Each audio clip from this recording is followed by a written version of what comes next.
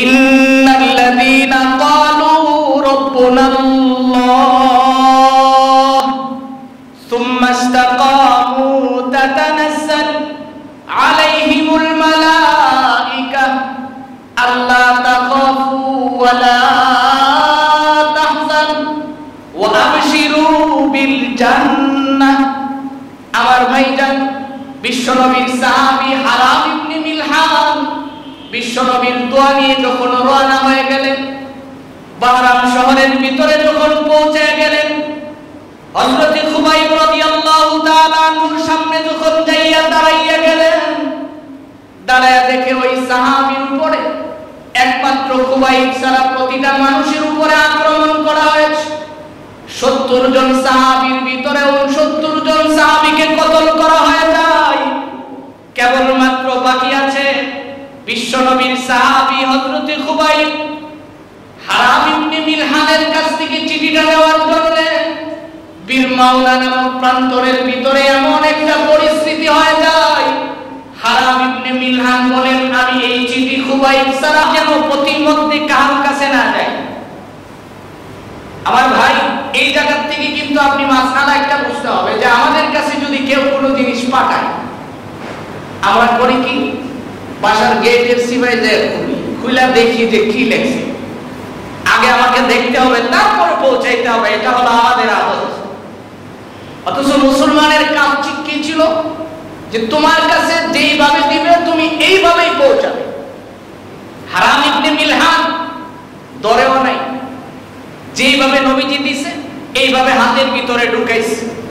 ঢুকায়া বিশ্বনবীর কাছ থেকে বিদায় নিয়ে রওনা করছেন, যাবেন সেই বাহরাম শহরের দিকে। আল্লাহ তাআলা কোরআনে কারিমে বলেন যে মানুষ যখন নিজেকে ঈমানওয়ালা বলে দাবি করে, আল্লাহ তাআলা প্রয়োজনে তাকে ফেরেশতা দিয়ে হিফাজত করেন। সুবহানাল্লাহ। ইন্নাল্লাযীনা ক্বালু রাব্বুনাল্লাহ সুম্মা ইসতাকামু তাতানাজ্জাল আলাইহিমুল মালায়েকা আল্লা তাখাফু ওয়া লা তাহজানু ওয়া আবশিরু বিল জান্নাহ। আমার ভাইজান, বিশ্বনবীর সাহাবী হারাম ইবনে মিলহান বিশ্বনবীর দোয়া নিয়ে যখন রওনা হয়ে গেলেন, বাহরাম শহরের ভিতরে যখন পৌঁছে গেলেন, হযরত খুবাইব রাদিয়াল্লাহু তাআলা আনহুর সামনে যখন যাইয়া দাঁড়াইয়া গেলেন, দাঁড়ায়া দেখে ওই সাহাবীর উপরে একমাত্র খুবাইব ছাড়া প্রতিটা মানুষের উপরে আক্রমণ করা হয়েছে। 70 জন সাহাবীর ভিতরে 69 জন সাহাবীকে কতল করা হয়ে যায়। কেবলমাত্র বাকি আছে বিশ্বনবীর সাহাবী হযরত খুবাইব। হারাম ইবনে মিলহানের কাছ থেকে চিঠিটা নেওয়ার জন্য বীর মাওলা নামক প্রান্তরের ভিতরে এমন একটা পরিস্থিতি হয়ে যায়, হারাম ইবনে মিলহান বলেন, আমি এই চিঠি খুবাইব ছাড়া আর কারোর কাছে দিব না। মুশরিকরা তাকে দস্তাদস্তি যখন শুরু করলেন, মুফাসসিরিন কিরাম লিখেন, পৃথিবীর মানুষ শুনে রাখো, ওই পরিস্থিতিতে একজন মুশরিক হারাম ইবনে মিলহানের সিনার মধ্যে এমন ভাবে তীর নিক্ষেপ করলেন, এমন ভাবে বর্ষা দিয়ে আঘাত করলেন, আঘাতের কারণে তার কলিজাটা ছিঁড়ে জমিনে বের হয়ে যায়। একেবারে বুকটা ফায়রা যখন কলিজাটা জমিনে চলে আসে, হারাম ইবনে মিলহান হাতের মধ্যে কলিজাটা নিলেন, রক্তে রঞ্জিত হয়ে যাওয়ার পরে আসমানের দিকে তাকায়া বলেন, আল্লাহ, আমার মনে হয় আমি দুনিয়ার জমিনে বেশি সময় বাঁচবো না, তবে ইন্তেকালের পূর্বে আমি তোমার কাছে ওসিয়ত করি, আল্লাহ, আমার মনের পেরেশানি হলো আমি একটাবার নবীজিকে দেখতে চাই। আমার ভাই, আপনি একটু চিন্তা করে দেখেন, মরণ তার যখন নিশ্চিত হয়ে যায়, নবীজির সাহাবী দুনিয়ার কোন সন্তানকে ওসিয়ত করতে চায়, উনি বলেন, আল্লাহ, আমি শেষবারের মতো তোমার নবীকে একটা নজর দেখতে চাই। বিশ্বনবী মুহাম্মদুর রাসূলুল্লাহ সাল্লাল্লাহু আলাইহি ওয়াসাল্লাম নবীকে দেখার জন্য যখন আশা পোষণ করলেন, এর মুসলমান আপনি চিন্তা করে দেখেন, সেই 1500 বছর আগে স্যাটেলাইট কোন সিস্টেম ছিল না, তখনকার সময়ে ইন্টারনেটের মাধ্যমে দেখার কোনো ব্যবস্থা ইবনে মিলহান বলেন, পৃথিবীর মানুষ শোনো, আমি যখন রক্তের দিকে তাকাইলাম, আমার হাতের মধ্যে কলিজাটা রাখা আছে, আমার কলিজার উপরে আমি তাকায়া দেখি বিশ্বনবী মুহাম্মদুর রাসূলুল্লাহ সাল্লাল্লাহু আলাইহি ওয়াসাল্লাম নবীর চেহারা মুবারক দেখা যায়।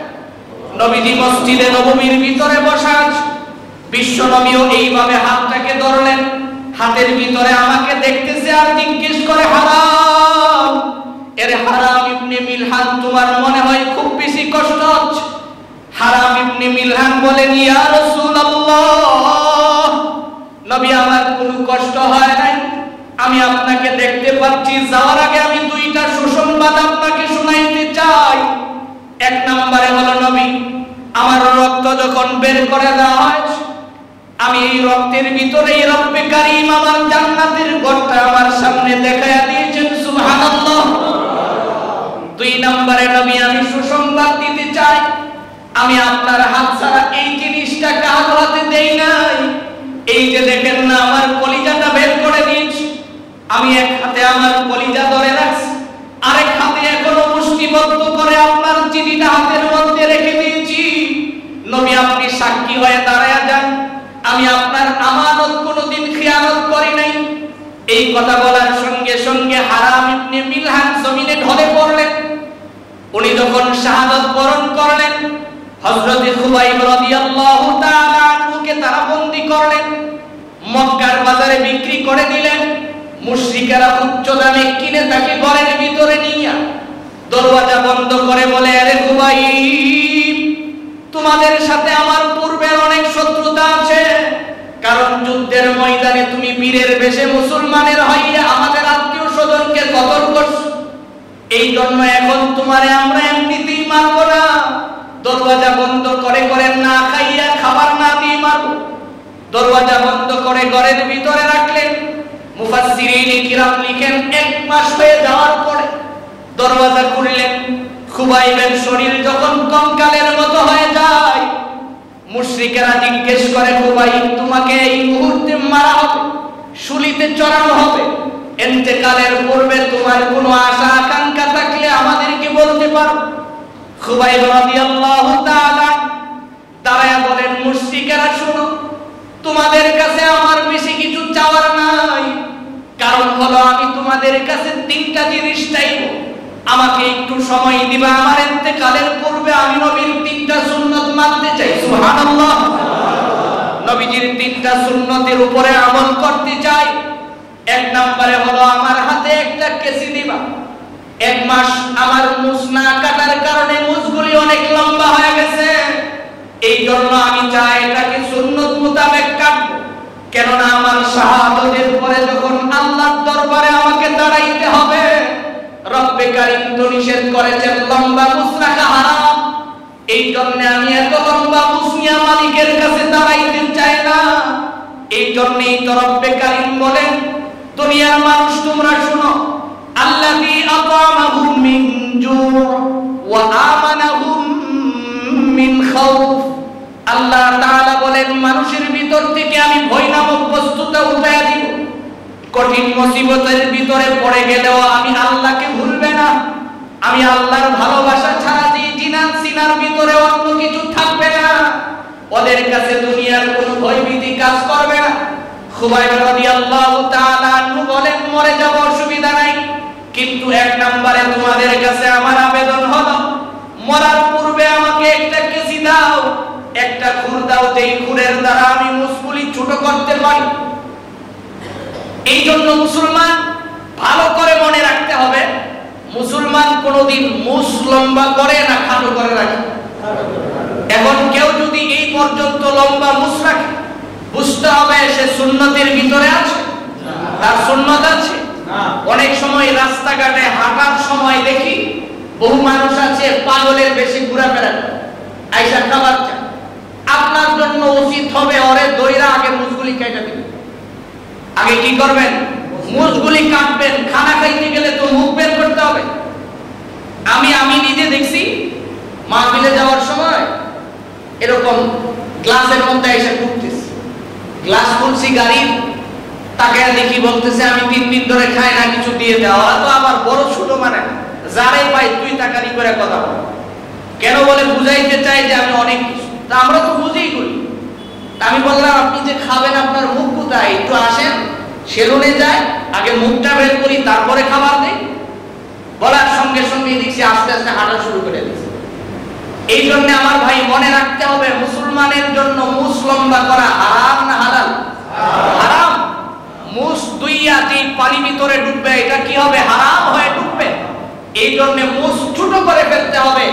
হারাম ইবনে মিলহানের শাহাদাত বরণ করার পরে হযরত খুবাইব রাদিয়াল্লাহু তাআলা আনহু বলেন যে আমার এক নম্বরে তোমাদের কাছে চাওয়া হলো আমি যেন মুসগুলি খাটো করতে পারি, আমারে এই সুযোগটুকুন করে দাও, কেননা আমি আল্লাহর দরবারে যখন দাঁড়াবো রবের সামনে আমি যেন এই লম্বা মুসওয়ালা হয়ে না দাঁড়াই। সুবহানাল্লাহ। এই জন্যই আল্লাহর নবী প্রত্যেক সপ্তাহে কিছু কাজ দিয়েছেন মুসলমানকে। এর ভিতরে হলো সপ্তাহে একদিন মুসগুলি খাটো করা, হাতের নখগুলি কেটে ফেলা, অবাঞ্ছিত রূপগুলি কেটে ফেলা। সুযোগ করে করে আপনি কেন কাটবেন? কেননা আমরা তো জানি যে কখন কার মৃত্যু হয়ে যায়, বলার কোনো সুযোগ আছে? মৃত্যু আসার আগে কোনো স্লোগান দিয়ে আসে? দল করে আসে যে অমুক দিন আমরা মিছিল নিয়ে উত্তর ছায়া নিতে যাবো, এরকম করে আসে? বনি ইসরাইলের আপনারা ভালো করে জানেন আল্লাহ তাআলা দুনিয়ার জমিনে যত নবী রাসূল পাঠিয়েছেন অধিকাংশ নবী রাসূলই বনি ইসরাইলের মধ্যে পাঠাইছেন। অনেক নামটা আমার মনে নাই, এক নবী বনি ইসরাইলের এই মুহূর্তে ব্রেইনে আসতেছে না, তার সামনে আজরাইল ঘোরাঘুরি করতেছে। তো হঠাৎ করে জিজ্ঞেস করছে কি ব্যাপার, তুমি কে? সম্ভবত দাউদ আলাইহিস সালাম হবে। জিজ্ঞেস করছে তুমি কে? আমি আজরাইল। আচ্ছা তুমি যেহেতু আসছো তোমার কাছে আমার একটা প্রশ্ন আছে, শোনো। তো কি প্রশ্ন? তো তুমি আমার সাথে একটা ওয়াদা দিয়ে যাও যে আমার কাছে আসা, আমাকে যেদিন নিতে আসবে 1 বছর আগে এসে আমারে জানাইবা যে হুজুর এমন বছর আপনার কাছে আমি আসতেছি আপনাকে নিতে। আজরাইল বলেন ঠিক আছে আমি আপনাকে জানাবো। এই কথা বলে চলে গেছে। কিছুদিন পূর্বে আবার আজরাইলের সাথে সাক্ষাৎ। উনি দেখে বলতেছে আমার কাছে আর আউন লাগতো না, যাও গা, বুঝছি যে 1 বছর পরে তুমি আমার রয়ে যাবে। আজরাইল বলতেছে জি না স্যার, এখন নিয়ে যাবো এখন। তুমি না বলছো 1 বছর আগে এসে আমার সাথে দেখা করবা? তো আমি আসি নাই ঠিক আছে, কিন্তু আমি তো আপনার কাছে দুধ পাঠাইছি। তো কিভাবে? আপনার চুলগুলি কেমন ছিল? আমার চুলগুলি তো কালো ছিল, তো সাদা হলো কি করে? একটা চুল সাদা হয়েছে মানেই তো আপনি আমার কাছে চলে আসছেন। সুবহানাল্লাহ।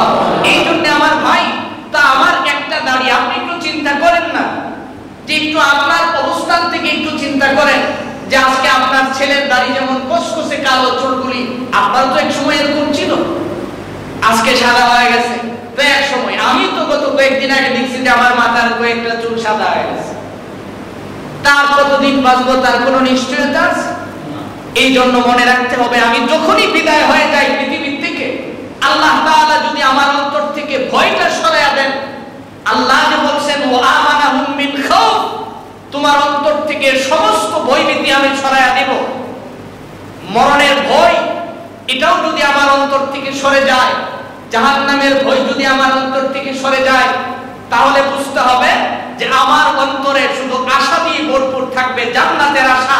কেননা আমি রব্বে কারীম আমাকে ওয়াদা দিয়েছেন একজন মুসলমানকেও আল্লাহ তাআলা জাহান্নামে দিবে না। এই জন্য আসুন মুহতারাম ভাই, আল্লাহ তাআলা 2টা কর্মসূচি দিয়েছেন। আঙ্গুল দিয়ে ইশারা করে বাইতুল্লাহর ফজিলত বুঝাইছেন, মানুষকে বলছেন এই ঘরের মালিকের ইবাদত করো, করলে কি লাভ হবে? আল্লাহ তাআলা বলেন 2টা জিনিস দিব। ইবাদতের সংজ্ঞাটা পরে দিয়েছেন, আগে লাভ দেখাইছেন। ওই যে রাস্তাঘাটে আমরা অনেক সময় দেখি বিভিন্ন মলম বিক্রি করে না, বিভিন্ন ঔষধ বিক্রি করে। ঔষধ বিক্রি করার আগে 10 থেকে 20 মিনিট পর্যন্ত খালি ঔষধের অ্যাড্রেস করে, আমার এই ঔষধ যদি একবার লাগান জীবনের সেই 100 বছরের পুরাতন খাজানি থাকলে সব চলে যাবে। আমার এই ঔষধ যদি একবার সেবন করেন আপনার শরীরের যত রোগ আছে সব ভালো হয়ে যাবে। বিভিন্ন স্লোগান দিয়ে আগে আপনাকে উদ্বুদ্ধ করে, তারপরে বলে আমার কাছে একটা স্পেশাল অফার আছে, এই অফারের ভিতরে আমি 10 জন ব্যক্তি চাই, প্রথম কে আমাকে সম্মান করে 100 টাকা দিবে, বলে না? তখন আমি আপনাকে 300 টাকার ওষুধ ফ্রি দিব। এই যে একটা স্লোগান দেয়, আল্লাহ তাআলা বলেন নবী আপনি শোনান, আগে আমি তাদেরকে কি দিব এটা বললাম। 1 নম্বরে বললাম তাদেরকে আমি রিজিকের সমস্যা দূর করে দিব। 2 নম্বরে বললাম সব বই সরায়া দিব। সুবহানাল্লাহ। এখন আসুন ইবাদত কি করে করবেন, আল্লাহ তাআলা তারপরে কর্মসূচি দিচ্ছেন। ইবাদত করতে যায় নবী আপনি তাদেরকে বলেন কোন ধরনের ইবাদত করবে। ইবাদতের ভিতরে আল্লাহ তাআলা কিছু নিয়ম নীতি দিয়েছেন। ইবাদতের ভিতরে কিছু আছে ফরজ, কিছু আছে সুন্নাত, কিছু ওয়াজিব, কিছু মুস্তাহাব, কিছু নফল, কিছু মুবাহ, এই জাতীয় অনেক রকমের ইবাদত আছে আমার ভাই। এই জন্য আসুন আমাদের ফরজ ইবাদতগুলি আগে বোঝা দরকার। ফরজ ইবাদতের ভিতরে আপনি একটু হিসাব মিলান তো দেখি আপনার জীবনে কত বছরের ফজরের নামাজ আপনি কায়দা করছেন। গত জুমায় আমরা শুনেছিলাম যে আমি যদি আমার সমস্ত কাজের আগে আল্লাহকে উপরে রাখতে পারি, আগামী জুমায় আল্লাহ তাআলা হায়াতে বাঁচাইলে ইবাদতের সংজ্ঞা নিয়ে আমরা আলোচনা করব। তো আপনি মনে রাখতে হবে যে আমি যদি সমস্ত কাজের আগে আমি আল্লাহকে বাড়ায়া দেই, সবকিছুর আগে আমার আল্লাহ রব্বে কারীম বলেন এই বান্দাকে আমি সবার আগে উপরে উঠাইয়া দিই। সুবহানাল্লাহ। আপনি যদি হিসাব করেন ফজরের ফরজ নামাজ হলো 2 রাকাত। ফজরের ফরজ নামাজ কয় রাকাত? 2 রাকাত ফরজ। তো এই ফজরের যে ফরজ 2 রাকাত হয়, 2 রে আপনি 365 দিয়ে গুণন করেন, পূরণ করলে আপনি পাওয়া যাবেন 730 রাকাত নামাজ এক বছরে কিন্তু আপনি ছাড়তেছেন। 730 রাকাত নামাজ আপনার জন্য কি ছিল? ফরজ ছিল। ভালো করে মনে রাখতে হবে। আপনি তো মনে করতেছেন যে আমি কি আর অন্যায় করি। মোহতারাম ভাই একটু হিসাব মিলায়া দেখেন রব্বে কারীমের কত কিছু, আপনি রব্বে কারীমের কত হক থেকে আপনি দূরে সরে গেছেন।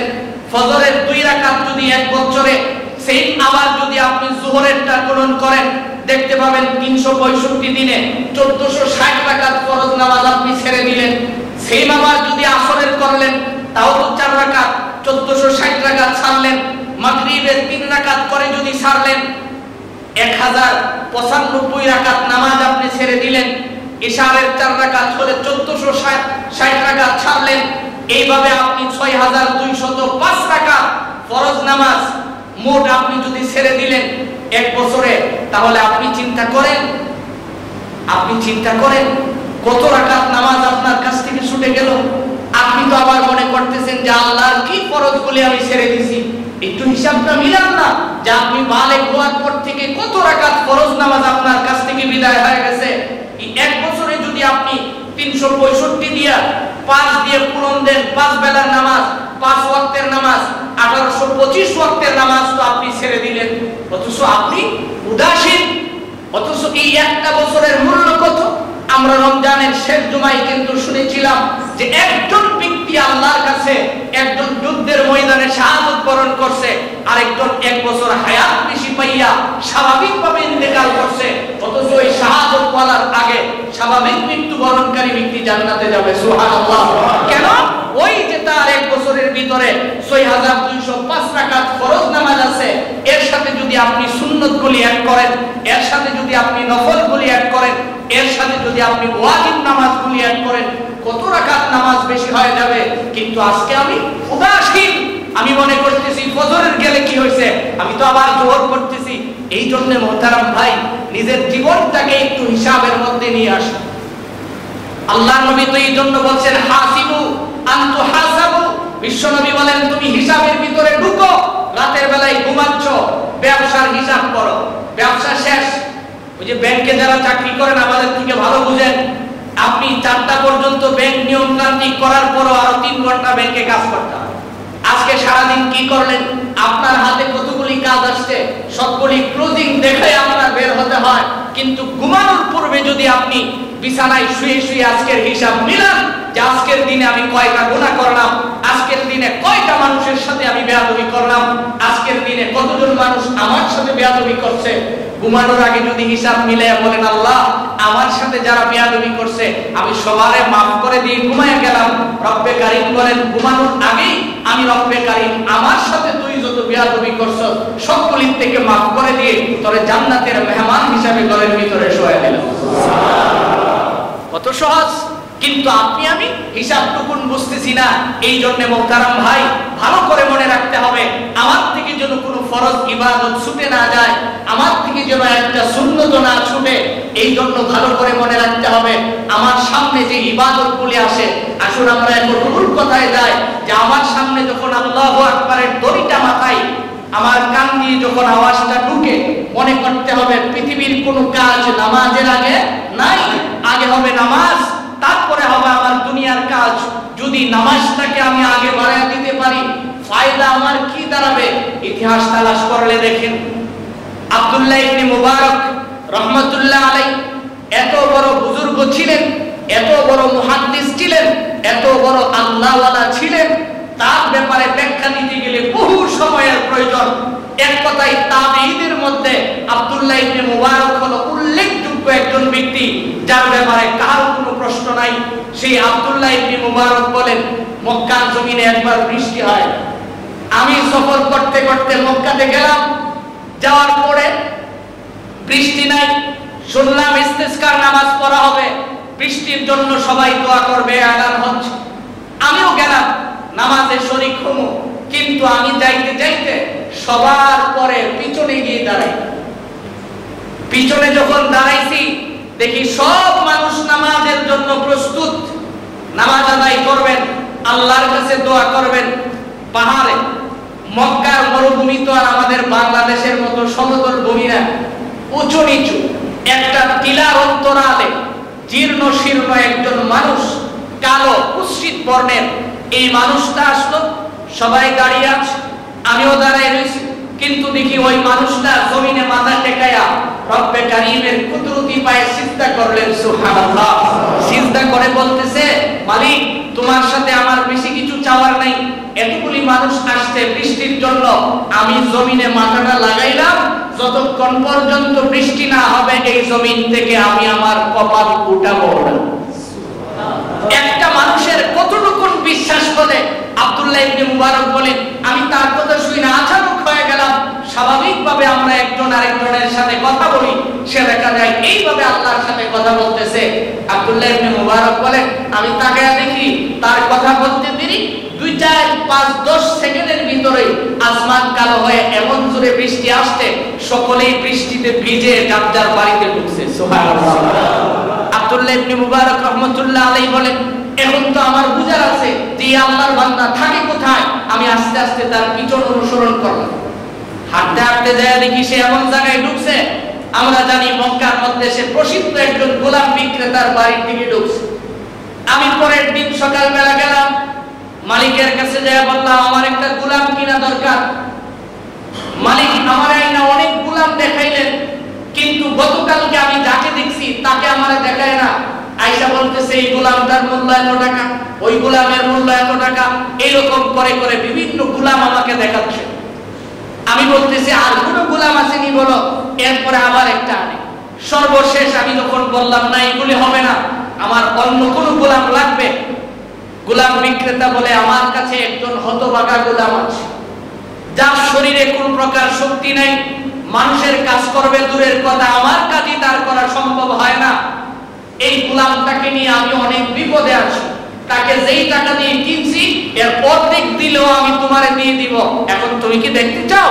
আব্দুল্লাহ ইবনে মুবারক বলেন, হ্যাঁ আমি দেখতে চাই। আব্দুল্লাহ ইবনে মুবারক রহমাতুল্লাহ আলাইহি বলেন, যে আমার সামনে নিয়ে আসতেছে, আমার তো মনে পড়ে গেল গতকালকের কথা, সেই আল্লাহর বান্দাকে আমার সামনে নিয়ে আসছে। আমি বসার থেকে দাঁড়িয়ে গেলাম, তার সম্মানে দাঁড়ায় সালাম দিলাম। মালিককে বললাম, তোমার গোলাম কত টাকা দিয়ে কিনছো? সে বলে, আমি 40 দিরহাম দিয়ে কিনছি। বিক্রি করবা কত? মাগনা হলেও নিয়ে যাও, আমি যে তারে খাওয়াচ্ছি এটাই তো আমার বেশি। আব্দুল্লাহ ইবনে মুবারক রহমাতুল্লাহ আলাইহি বলেন, আমি মাগনা নিতে চাই না, তুমি বলো কত টাকা দিয়ে কিনছো? আমি 40 দিনার দিয়ে কিনছি। তোমার আমি 45 দিনার দিলাম, গোলাম দিয়ে দাও। গোলাম নিলেন। বাড়ির সামনে এসে আব্দুল্লাহ ইবনে মুবারক রহমাতুল্লাহ আলাইহি আল্লাহর বান্দাকে ডেকে বলতেছেন, দেখেন আমি আপনাকে গতকালকে দেখছি আপনার অবস্থা, এখন আপনার কাছে আমার আবেদন হলো, আপনি আমার বাড়িতে থাকবেন, খাবেন, ঘুমাবেন, সবকিছু করবেন, শুধু আমার জন্য দোয়া করবেন। সুবহানাল্লাহ। গোলাম বলতেছে, দেখেন আপনি যেহেতু দেখেই ফেলছেন, কাজে আপনার কাছে আমার একটা আবেদন আছে, যদি আপনি রাখতে পারেন। ও কি আবেদন? আপনি চাইলে আমাকে আজাদ করে দিলে আমি অনেক খুশি হয়ে যাব। আব্দুল্লাহ ইবনে মুবারক রাহমাতুল্লাহ আলাইহি বলেন, যান আমি আপনাকে আজাদ করে দিলাম। বলার সঙ্গে সঙ্গে গোলাম জমিনে গেলেন, মাথাটা ঠেকাইলেন, ঠেকাইয়া সিজদা দিয়ে বলেন, মালিক তোমার সাথে আমার যে সম্পর্কটা ছিল পৃথিবীর কোনো মানুষ জানতো না, আজকে যেহেতু জানাই ফেলছো, আমি আর এই দুনিয়া থাকতে চাই না, তুমি আমাকে নিয়ে যাও। আব্দুল্লাহ ইবনে মুবারক রাহমাতুল্লাহ আলাইহি বলেন, ওই গোলামের জবান দিয়ে বলতে দেরি আমি দেখি সিজদায় পড়েই সে শাহাদাতের মৃত্যু গ্রহণ করেছেন। সুবহানাল্লাহ। এখন গোলামের ইন্তেকালের পরে বহুদূর বাজারে যায় তার কাফন আনতে হবে। আমি এই চিন্তা ফিকির না করেই করলাম কি, আমার পুরাতন একটা পাঞ্জাবি দিয়ে তাকে কাফন পরায়া কবরের ভিতরে রেখে দিলাম। রাত্রে ইশার নামাজের পরে ঘুমাইছি, ঘুমানোর সঙ্গে সঙ্গে আমি তাকায়া দেখি সাইয়্যিদিনা হযরতে আবু বকর সিদ্দিক আমার ঘরের দরওয়াজায় এসে হাজির, দাঁড়ায়া বলতেছে, আব্দুল্লাহ ইবনে মুবারক বিশ্বনবী তোমাকে বলেছেন আমার সাথে যাওয়ার জন্য। বলার সঙ্গে সঙ্গে আমি উঠলাম, আবু বকর আমার হাত ধরে নবীজির সামনে নিয়ে হাজির হয়ে গেলেন। আল্লাহর নবী বললেন, আব্দুল্লাহ ইবনে মুবারক তুমি কি আল্লাহকে ভয় পাও না? আব্দুল্লাহ ইবনে মুবারক বলেন, কি হয়েছে নবী? যদি ভয় পাও, এত বড় একজন আল্লাহর ওলি মারা গেছে আর তুমি পুরাতন একটা কাপড় দিয়ে তাকে দাফন করে দিলে, তুমি কি জানো না আল্লাহর দরবারে যেদিন দাঁড়াবে সেদিন কি হিসাব দিবে? আব্দুল্লাহ ইবনে মুবারক রাহমাতুল্লাহ আলাইহি বলেন, ঘুম ভাঙার সঙ্গে সঙ্গে আমি আমার সাথীদেরকে ডাইকা নিয়ে গুরুস্থানে গেলাম, লাশ উঠাইলাম, নতুন কাপড় দিয়া দাফন করলাম, বাড়িতে আইসা ঘুমাইলাম। এখন দেখি বিশ্বনবী আমার ঘরে আইসা মুস্কি হেসে দিয়া বলেন, আব্দুল্লাহ ইবনে মুবারক জীবনের কোন ইবাদত যদি আল্লাহর দরবারে কবুল না হয়, আজকের ইবাদতের খাতিরে আল্লাহ তোমার জীবনের সব গুনাহ মাফ করে দিয়েছেন। এই জন্য মুহতারাম ভাই, ভালো করে মনে রাখতে হবে, ইবাদতের ভিতরে সবচেয়ে বড় দামি ইবাদত হলো নামাজ।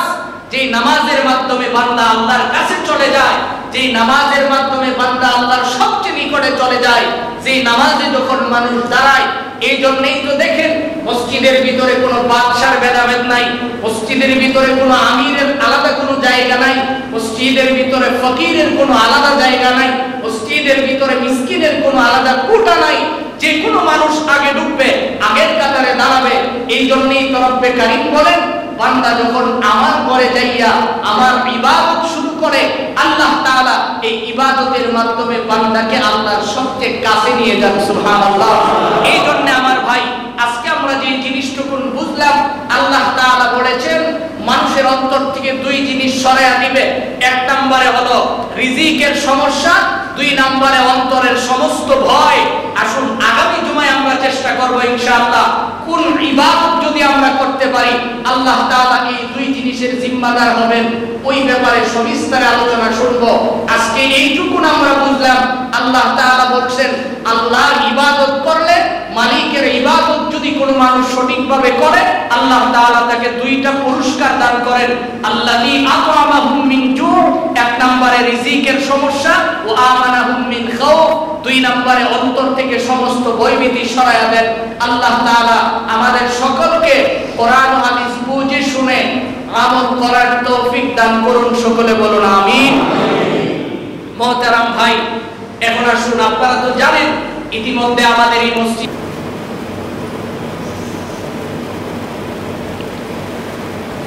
আসসালামু আলাইকুম ওয়া রাহমাতুল্লাহি ওয়া বারাকাতুহু।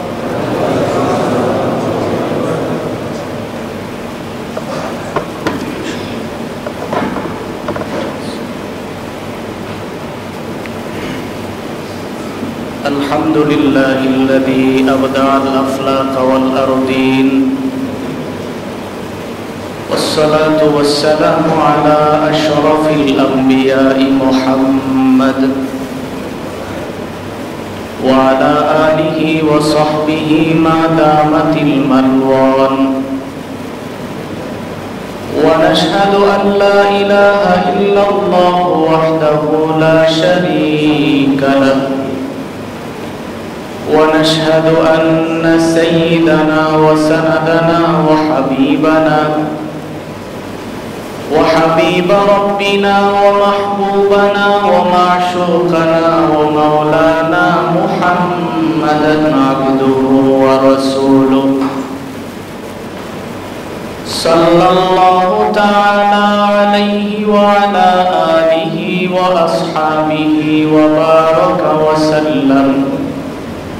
وسلم تسليما كثيرا.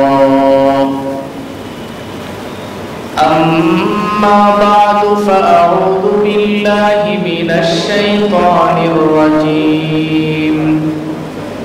بسم الله الرحمن الرحيم.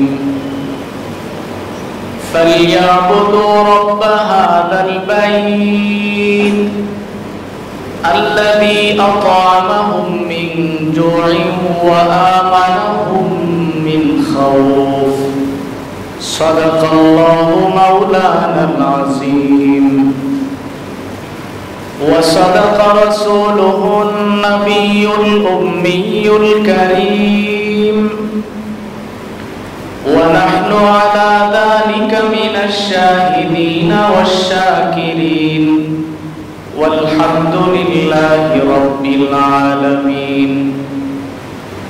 اللهم صل على محمد وعلى آل محمد كما صليت على إبراهيم وعلى آل إبراهيم إنك حميد مجيد. اللهم بارك على محمد وعلى آل محمد كما باركت على إبراهيم وعلى آل إبراهيم إنك حميد مجيد. لا إله إلا الله الحليم الكريم. سبحان الله وبحمده سبحان الله العظيم. سبحانك لا علم لنا إلا ما علمتنا إنك أنت العليم الحكيم. نهاية قابل احترام উপস্থিত দেশ ও জাতির কর্ণধার হযরত উলামায়ে কেরাম, অত্র এলাকার বিভিন্ন অঞ্চল থেকে আগত ইসলাম প্রিয় মুসলিম ভাইরা, মহান রব্বে কারীমের দরবারে অসংখ্য গণিত শুকর আদায় করছি, যিনি অত্যন্ত দয়া করে মেহেরবানি করে পবিত্র জুমার দিনে আল্লাহর ঘর মসজিদে বসে নামাজের পূর্বে কোরআন ও হাদিসের কিছু কথা শোনার তৌফিক দিয়েছেন। এই জন্য আমরা সকলেই পড়ছি আলহামদুলিল্লাহ। মোহতারাম ভাই,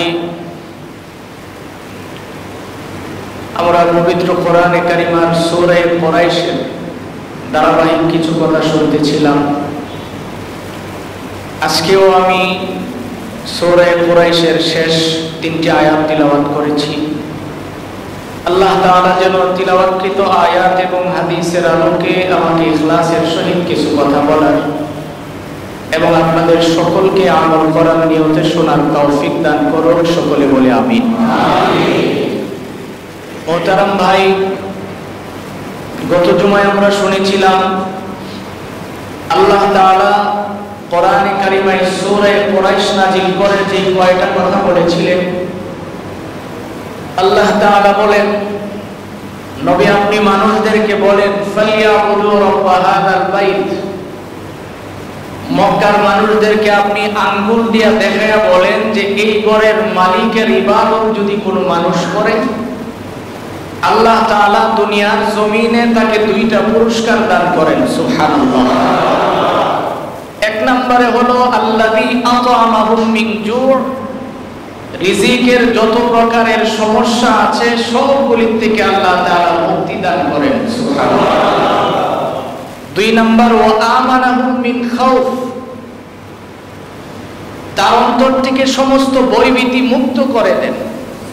তো গত জুমায় আমরা রিজিকের সমস্যা সংক্রান্ত কিছু কথা শুনেছিলাম। আজকে আমরা 2 নম্বর বিষয়টা আলোচনার বিষয় আমাদের, যে আল্লাহ তাআলা যে বলছেন মরণ তার অন্তর থেকে যত প্রকারের ভয় আছে সবগুলি সরাইয়া দিবেন। তাহলে দুনিয়ার জমিনে তো আমরা অনেক ভয় আমাদের অন্তরে থাকে, দুনিয়াতে চলতে গেলে অনেক ভয় আমাদের ভিতরে কাজ করে। আপনি দেখবেন রাস্তা দিয়ে যখন রাতের অন্ধকারে অনেক সময় বাধ্য হয়ে একা একা হাঁটতে হয়, তা হাঁটার সময় কোথাও আপনি ভয় পাইতেছেন, তখন দেখবেন ভিতর থেকে ঘাম বের হয় না, তখন কিন্তু কোরআন শরীফের আয়াত বের হয়, কথা বলেন ঠিক, অথবা দোয়া বের হয়, এবার হোক আর না হোক। মানে আপনি যখন বই পাবেন, বইয়ের ভিতর থেকে যখন ভিতর থেকে কিছু বের হয়, এটা কোরআনের আয়াত বের হয়, অন্য কিছু বের হয় না, তখন কিন্তু গান বের হয় না, যে কোনো দোয়া বের হয়। এবার এটা শুদ্ধ হোক আর ভুল হোক, মনের অজান্তে ভিতর থেকে কিছু বের হয়, এটা যে দোয়া এবং কোরআনের আয়াত বের হচ্ছে, এটাই প্রমাণ করে আমি একজন মুমিন। সুবহানাল্লাহ, এটাই প্রমাণ করে আমি একজন মুসলমান। যখনই বই পাই তখনই কিন্তু আল্লাহর নাম বেশি স্মরণ হয়, তখন কিন্তু কোনো বন্ধু বান্ধবের কথা স্মরণ করে রাস্তা দিয়ে আসে না, তখন খুব স্পিডে পড়তে থাকে, আবার ভুল হোক। তো এই জন্যে আল্লাহ তাআলা বলেন বই নামক বস্তুটা তার অন্তর থেকে আমি সরাইয়া দিব। সুবহানাল্লাহ। তো কিভাবে আল্লাহ তাআলা সরাইয়া দেন? আল্লাহ তাআলা কোরআনে কারিমার এক আয়াতের মধ্যে বলেন যে দুনিয়ার জমিনে কোনো মানুষ যদি বলে যে রব আমার আল্লাহ, আর এই কথাটার উপরে সে যদি অটল থাকে, আল্লাহ তাআলা বলেন প্রয়োজন হলে আমি ফেরেশতা দিয়ে এই মানুষটাকে হিফাজত করি। সুবহানাল্লাহ। মোহতারাম ভাই, তাফসীরের কিতাবের মধ্যে পাওয়া যায় আল্লাহর নবী বিশ্ব নবী মুহাম্মদ আরবি সাল্লাল্লাহু আলাইহি ওয়াসাল্লামের কাছে ইহুদিরা বাহরাম নামক শহর থেকে একটা চক্রান্ত করলেন যে আমরা মুহাম্মদের কাছে কিছু লোক পাঠাবো, ওখান থেকে মুহাম্মদের কয়েকজন সাহাবীকে যদি ধরে আনতে পারি তাহলে তাদেরকে হত্যা করব। জোরে বলুন নাউজুবিল্লাহ। 10 জন প্রতিনিধি পাঠাইলেন বিশ্বনবীর কাছে। ওরা এসে বলতেছে যে আমাদের বাহরাম শহরে তো হাজার হাজার মানুষ আপনার সুনাম শুনে কালিমা পড়ে মুসলমান হয়ে গেছে, এখন আমাদের কিছু লোক দরকার যে যারা এসে আমাদেরকে দ্বীন ধর্ম শিখাবে। তো আল্লাহ তাআলা একটা মানুষের অন্তর থেকে, মূল বিষয়টা আমাদের বোঝার বিষয়, বই যে আল্লাহ তাআলা সরাইয়া দেন, কতটুকুন বই সরলে মানুষ ঈমান ধরে রাখতে পারে। আমরা তো ভয়ের কারণে অনেক সময় ঈমান শূন্য হয়ে যায়। কেউ যদি আমার এক পিস্তল দেখায়া বলে যে তুমি এক কাজ করো, তোমার এই ধরনের লেবাস তুমি ত্যাগ করো, নাইলে এই মুহূর্তে গুলি করে মারো, অনেক সময় বাধ্য হয়ে তখন বলি যে ভাই আপনি যা করেন তাই, আমি আপনার বিরুদ্ধে না।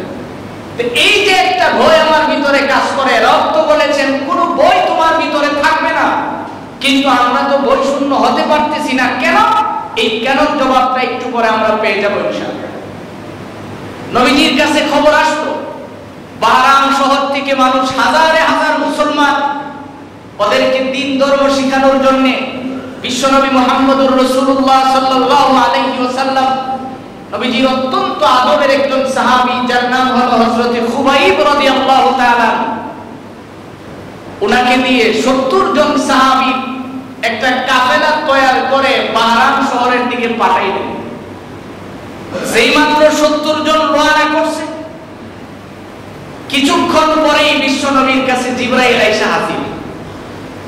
আয়েশা বলতেছে, ইয়া রাসূলুল্লাহ, আপনি যে পাঠাইছেন ওরা তো মৃত্যুক, ওরা তো আপনাকে ধোঁকা দিয়েছে, কারণ আপনার সাহাবী যে 70 জন গেছে, একজনও জিন্দা আপনার কাছে আর আসবে না। নবীজি জিজ্ঞেস করেন, তাহলে এখন আমার করণীয় কি জিবরাইল, বলো। জিবরাইল তখন জবাব দিলেন, আপনি একটা কাজ করেন, একটা চিঠি লিখেন, লিখে আপনি আস্তে করে খুবাইবের কাছে চিঠিটা প্রেরণ করেন। নবীজি সাহাবায়ে কেরামদেরকে নিয়ে বসে ওয়াজ করতেছেন। ঠিক এই সময়ে জিবরাইল আয়েশা যখন কথাটা শুনাইলেন, বিশ্বনবী এখন বলেন, সাহাবীরা তোমাদের মধ্যে কে আছো, আমার এই চিঠিটা নিয়ে তুমি বাহরাম শহরে যাবে, যায় খুবাইবের হাতে পৌঁছে দিবে। সাহাবায়ে কেরামের ভিতর থেকে একজন জীর্ণ শীর্ণ ব্যক্তি, যার নাম হলো হারাম মিনহাল, সে দাঁড়াইছে, দাঁড়ায় বলতেছে হুজুর আমারে অনুমতি দিলে আমি চিঠিটা নিয়ে ওর কাছে পৌঁছে দিব। সুবহানাল্লাহ। নবীজি তাকে নসিহত করলেন, এই চিঠি কিন্তু তোমার কাছ আমার কাছ থেকে আমি তোমার হাতে হস্তান্তর করলাম,